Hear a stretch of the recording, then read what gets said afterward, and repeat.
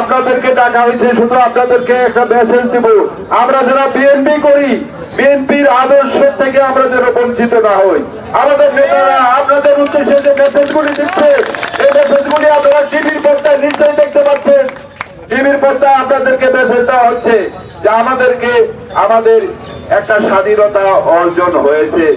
বহু লাশের বিনিময়ে ছাত্র ঐক্যের সঙ্গে এদেশের নাগরিকেরা জড়িত হয়েছে, বিভিন্ন রাজনৈতিক সংগঠন জড়িত হওয়ার পিছনে আজকে গণ জোয়ার বাংলাদেশে সৃষ্টি হওয়ার কারণে এই ফ্যাসিস্ট সরকার শেখ হাসিনা দেশ থেকে পালিয়ে যেতে বাধ্য হয়েছে।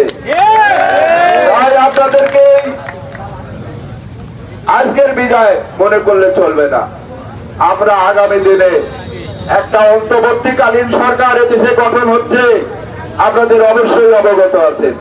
এই অন্তর্বর্তীকালীন সরকারের মাধ্যমে